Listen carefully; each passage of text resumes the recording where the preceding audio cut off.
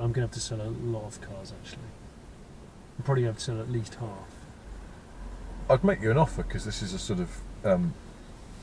makes a lot of sense, this car, around London. It's been a brilliant car. But I don't need it, so I'm not going to. I was going to say, you've got more cars than you need anyway, Yeah. for a city lad. That's why I got binned off Dragon's Den. I was going to make you an offer, but I don't want to, so I'm not going Are to. you like non-committal porter? Yeah, it's like the entire series, he hasn't made a single offer. Yeah, I like your Chevy Volt, but I don't need it, so I'm not going to buy it. Goodbye. The Max Power era has definitely disappeared. There is a very small puddle of interest in that, and I think we're going to see a renaissance of, like, in the same way of the rave era is a segment, and the hippie era is a segment in time which people think back as the glory days. I think there is a certain moment in time when the whole Max Power thing was so massive, and it predates Top Gear, 2002 Top Gear. Yeah, oh yeah. When modifying was mainstream, it was creative. People were really into it. I guess it came after, or maybe in the midst of Britpop, and in the midst of yeah, it sort of fitted in with the whole kind of new lad era, didn't it? It was lads. I was just about to say it was lads loaded, Britpop, and pre-social media. Yeah. Pre-forums in many ways. And Max Power magazine was selling, what, sort of like 800,000 copies or something? It sold a ton. It's unbelievable numbers. It was the biggest selling car magazine in Europe. Car of any derivative. Really? Yeah, it was massive. I really want to do an oral history of Max Power by interviewing like you and Vicky and all these people we know who worked on that mag, because I think the story's fascinating, but unfortunately I'm really lazy and I never get round to it. It deserves to be done. There are so many stories, and I hardly played a part in it in the big grand scheme of things. You know, the founding fathers of it, and people that have gone on to do, you know, even cooler things and even more creative things. It was a hell of a hive of creativity. The features, the things, the discussions that got brought up, the court cases. There was loads, and there was some absolutely appalling messes of cars. There were some cars that were just ruined. You know, it's the equivalent of sending a Jack Russell down a rabbit hole, and just the Jack Russell just tearing it all up, whatever's down there, presumably rabbits, and it just making a total mess. There were some people that bought brand new cars on hire purchase and just butchered them. Really? Yeah, butchered them. No. Yeah, like within a month of buying them, they were booked in to have chameleon paint and you know, some absolutely god awful fiberglassing going on. But did you ever get sold a pup by someone who'd go, yeah, I've got this amazing car, yeah, it's amazing, you should come and see it, and then you go and see it and it would be like full of filler and not painted properly and stuff? We saw some once where as we arrived, I thought we could make that look good on camera, but in reality it's bad. In reality, it's, you know. Did you have to drive them? It's had mascara put on with a trowel. I had one guy when the whole nitrous phase kicked off in a big way. The first Fast and Furious film came out.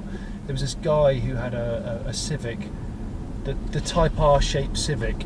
It might have even been a Type R, I forget.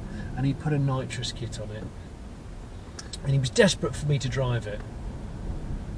And I drove it. And he kept wanting me to go full throttle because it was a full throttle nitrous kit. It wasn't progressive. And we were in a fairly built up area. And I liken it to someone convincing you that it's a great idea to let off a firework in your downstairs toilet with you stood next to it. You know, why would you do that? It's neither entertaining nor, you know, nor safe. It's just a stupid idea. So I gave this Civic full beans in like second gear, and I genuinely thought I was going to destroy the engine. So I just pulled in, and then he gave me a demonstration of it, and it shattered some of its hoses off.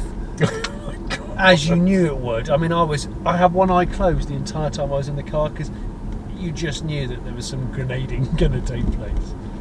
Did you drive people's cars and realise that what they'd done is completely ruined them, and they're just absolute chod, and you had to make polite noises because it was their car? You had to be enthusiastic, yes, you do. Because it was a celebratory mag.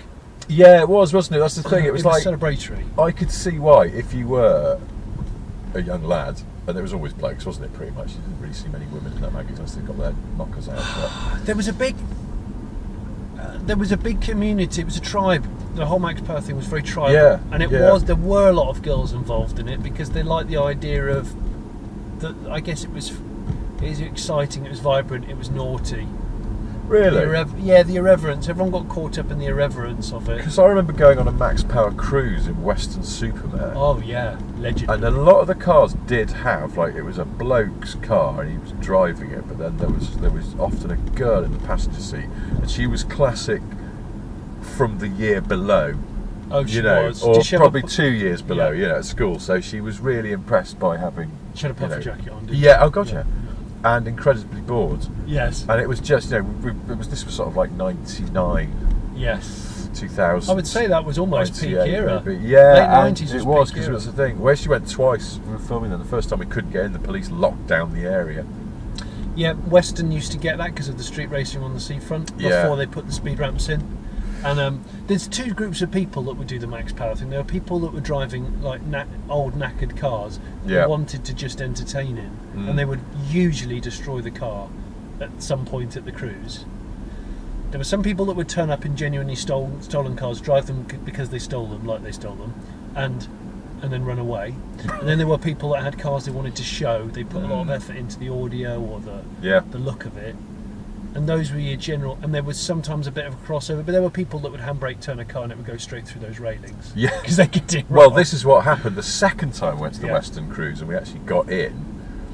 Some knobber in a really knackered Fiesta, I think, was doing handbrake turns round a roundabout, and this old couple in a Montego estate who just mind their own business driving home came across the roundabout, and he lost it and handbraked and clattered into them. Yeah.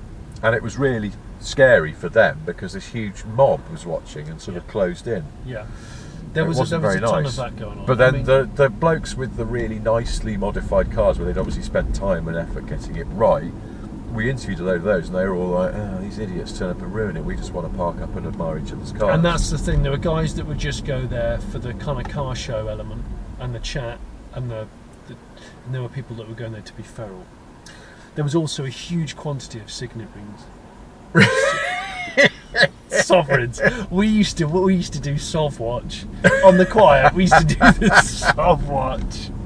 We'd be like, have they got a Kruger end on the pinky? Have they got, some sort of massive flat link bracelet? And it all got very out of hand at one point. I'm sure I saw one that was an inch wide.